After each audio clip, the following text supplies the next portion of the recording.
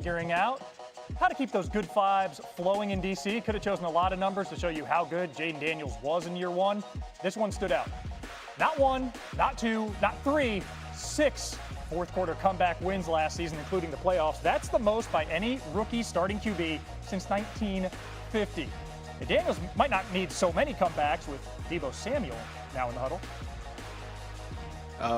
I'm excited. I'm excited to work with him more in training camp. Obviously, offseason was good, but now you just see what he's proven year in and year out, and I'm excited to throw him a little screen, and hopefully on the stat sheet it says a touchdown for 80 yards, and I didn't have to do any of the work. But I'm excited. He's a great person, great fit in the locker room, wide array. So we're gonna see hopefully a lot of touchdowns.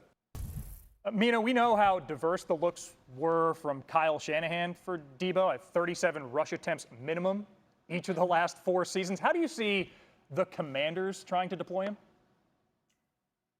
Well, I think Jayden Daniels kind of hit there when he was talking about the screens. The Commanders' offense was top 5 in just about every metric last year, but one where they were not was yards after the catch per reception. They were 21st.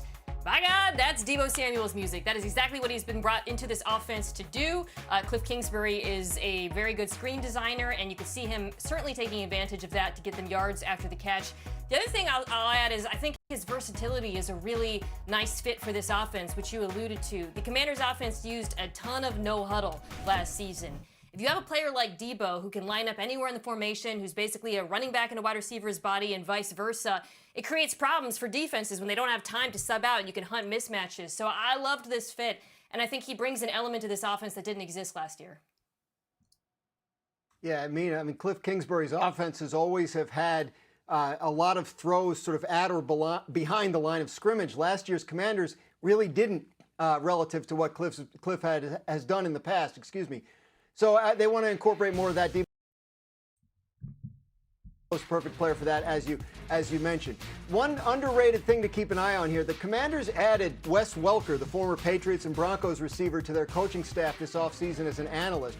Wes Welker was the 49ers wide receivers coach from 2019 to 2021. Deebo Samuel's first 3 years in the league with San Francisco.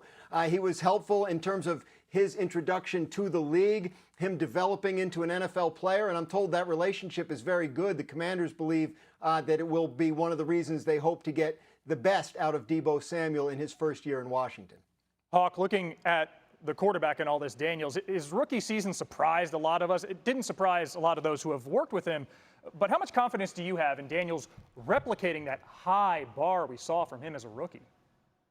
Utmost confidence. Utmost confidence, because a lot of times when you have a first-year quarterback coming to the league and have the success we saw from Jayden Daniels, you're thinking, okay, it's the element of surprise, right? Or maybe their athletic prowess, whether it's arm, whether it's running ability, kind of gave him a little bit of an easy button. Well, when you look at Jayden Daniels and what makes him special, it's his ability to process and get through his progressions. Routinely getting to reads 3 and 4, especially as a rookie, is so rare. And that's where Jayden Daniels shined. Like throughout the season, he got better and better later in the games, later in the plays. They threw more at him, and he still responded. When you get that from a rookie, you got to kind of put him on a scale like he's a veteran. There is no sophomore slump for guys that have been in the league and that can process that way. That's what you get with Jayden Daniels. Well, there's a few things I really want to talk about, but I want to start where Hawk ended there, because I think it actually highlights a great point. And, this is what I talked about a lot last year, is that he's an elite game manager and an elite game breaker, game changer. And the reality is when you can also be an elite game manager, there's no reason for that to then go through a sophomore slump. He's such an elite high-level processor that's not the aspect of the element of surprise. You have the element of surprise, or you don't have a lot of film in them, when you're doing a lot of these more game-breaking type things, right? Getting flushed out of the pocket and scramble and making a great run or a great throw or whatever it may be.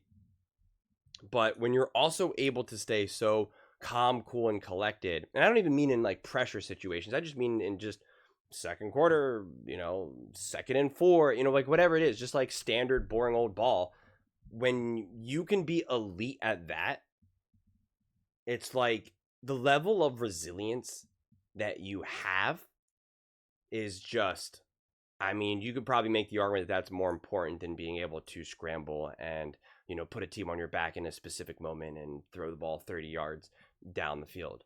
Because it's being able to get that basic fundamental aspect down again and again and again and again and again and again, which is what Jayden Daniels proved and has shown to do. So if he was still struggling in those moments, but because of his athleticism, because of his unique abilities and skill set, that he was able to have some of these big comeback wins and great throws and great moments, I could understand that, then why you would be concerned. Or if you have, think about that throw, I think it was to McLaurin against the Bengals, like that first, like really big time moment. At this point, I forget exactly the situation, but it was I remember taking notes about it and talking about it because I predicted that he was going to have a massive game that game, and he did. And it was like those moments are special, and you could see those moments one day being a little bit more easily contained. But managing a game and taking care of the ball and making the right reads and the right throws at the right time when it's just, 1st and 5 after a penalty, like 2nd and 15 after a penalty, just like some of these other more boring moments, that to me is so crucial and so overlooked and under discussed, quite frankly, because we are so excited by some of these insane plays, and it's always been part of me to always try to emphasize so much of the boring stuff. You have a huge play where you go off for 30 yards or whatever, and now it's 1st and 10, and everyone's kind of at the line, it's kind of quick, and you make a nice easy pass, and boom, now it's 2nd and 5. It's just like that play right there is so crucial. It's so crucial because you continue that momentum. You're continuing the progress forward. You didn't accidentally now get a false start and boom, now you have this big play, but now you're already behind the sticks, or now you're 2nd and 10 because you kind of rushed through everything, or you tried to take another big, gash play and it didn't work, or you got happy feet and you thought you could get away with, and now you took a sack. Like, it's just all of these things can kind of catch up to you. And so I just think those are the things that Jayden Daniels has in a lot of ways, I don't want to say perfected, but has already seemingly really deeply understood and put into practice. And I think with Deebo as well, like that's the benefit of having someone like a Cliff Kingsbury, because Shanahan obviously knows how to maximize a Deebo. And I think there's probably plenty of coaches and really good coaches in the NFL that wouldn't necessarily really understand how to maximize Deebo, but also probably more importantly, how to troubleshoot a Deebo. And I believe that a Cliff Kingsbury will not only understand how to maximize a Deebo, but also troubleshoot when there's a bunch of games in a row, a bunch of drives in a row where you just can't get things going. There's kind of some issues going on. And it's like, how do we get this guy going? How do we get him better integrated in the offense, in a play, whatever it may be? And it's just like, I trust Cliff Kingsbury to be able to do that as well. So I think that there's, continues to be a lot of positives. But the one thing that I really also want to talk about, but it seems a lot less important now, is the big key here is with Jayden Daniels and the Commanders, where they have these 6 fourth quarter comebacks. It's create a team, create an offense, create a defense where you do not have to do that anymore. You don't want the most buy in that regard. It's just like you want the lead. You want to be able to just hand the ball off. Like you don't want that right now. That's the whole point, is to build a team where you're not going to have to rely on that, because if you do consistently have to rely on that, eventually it will break. You're not going to be able to be successful game after game, week after week, season after season. So, and I don't think they're going to need that, that rate of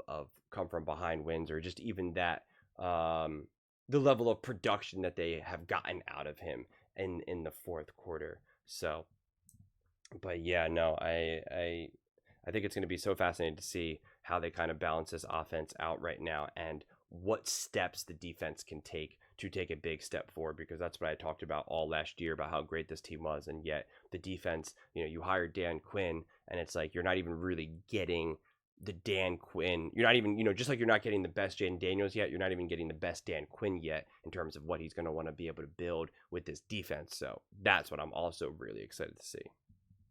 But those are just my thoughts. I'd absolutely love to hear yours.